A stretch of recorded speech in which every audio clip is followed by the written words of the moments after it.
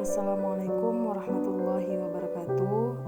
Baiklah, di sini saya akan menjelaskan tentang materi al-ittirabati al-lughawiyah wa haluha, yang artinya gangguan bahasa dan solusinya.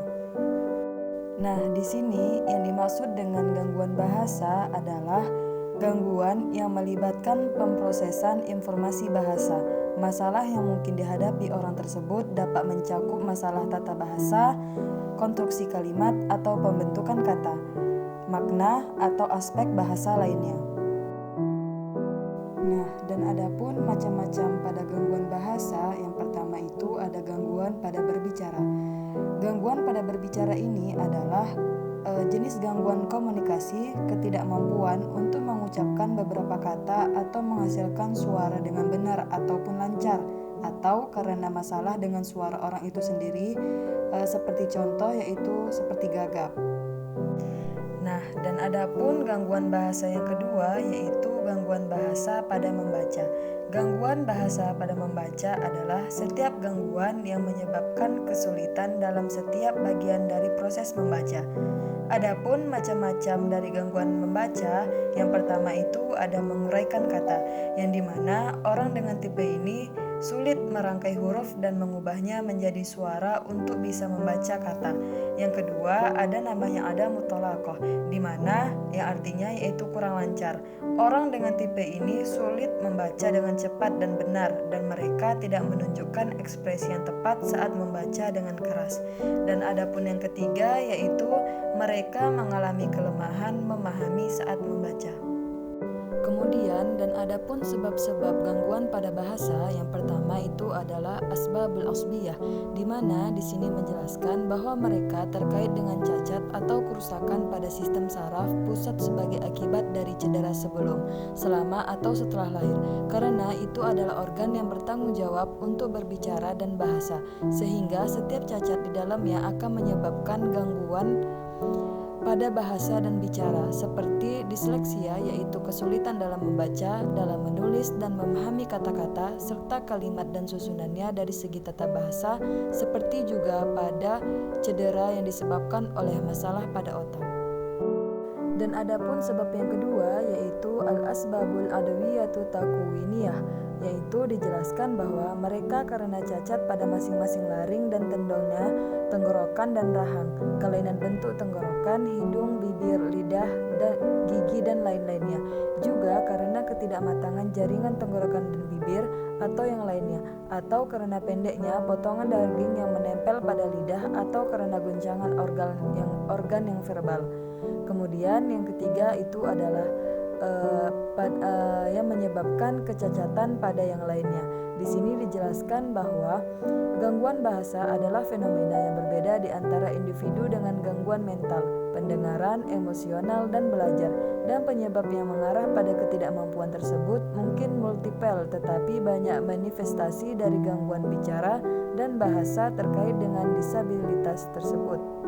Dan yang keempat yaitu ada namanya al-asbabul wazifiyatu, yang dimana di sini gejala atau fungsional adalah malfungsi sistem saraf yang penyebab fisiknya tidak diketahui secara pasti.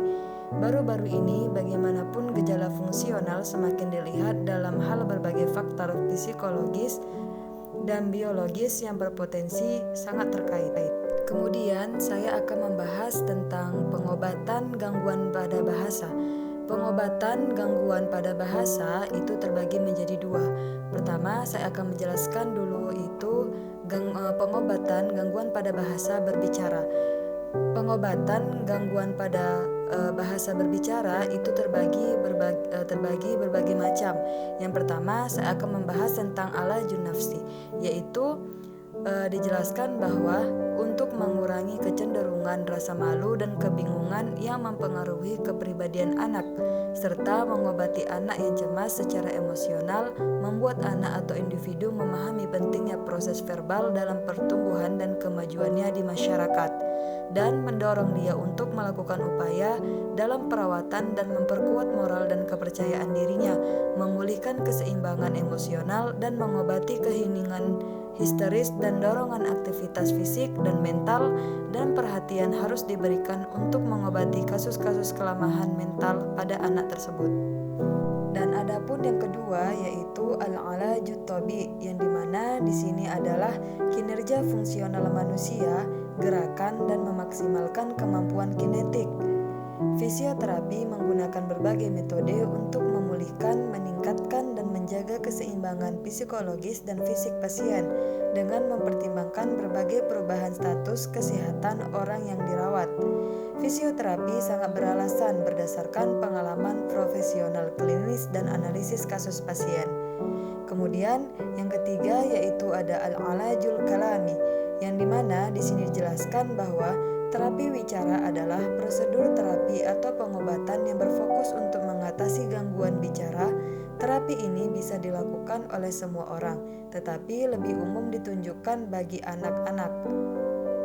Dan adapun yang terakhir yaitu bimbingan orang tua. Di sini dijelaskan bahwa orang tua dan keluarga merupakan faktor penting dalam proses penanganan anak dengan gangguan komunikasi bahasa. Orang tua yang memiliki anak dengan gangguan komunikasi atau bahasa tentu akan mengalami tekanan emosional. Setiap anak mulai belajar dengan lingkungan terdekatnya, terutama melalui kontak kedua orang tuanya, selanjutnya melalui kontak dengan anggota keluarganya. Pengobatan gangguan bahasa pada bimbingan kedua orang tua sangat penting dilakukan karena anak memulai belajar berbicara dan bahasa melalui kontak dengan keluarganya. Kemudian yang kedua, pengobatan gangguan bahasa dengan membaca. Di sini dijelaskan bahwa pada awalnya disleksia harus didiagnosis dengan benar oleh spesialis untuk menyusun rencana bersama antara keluarga, dokter yang merawat, dan sekolah.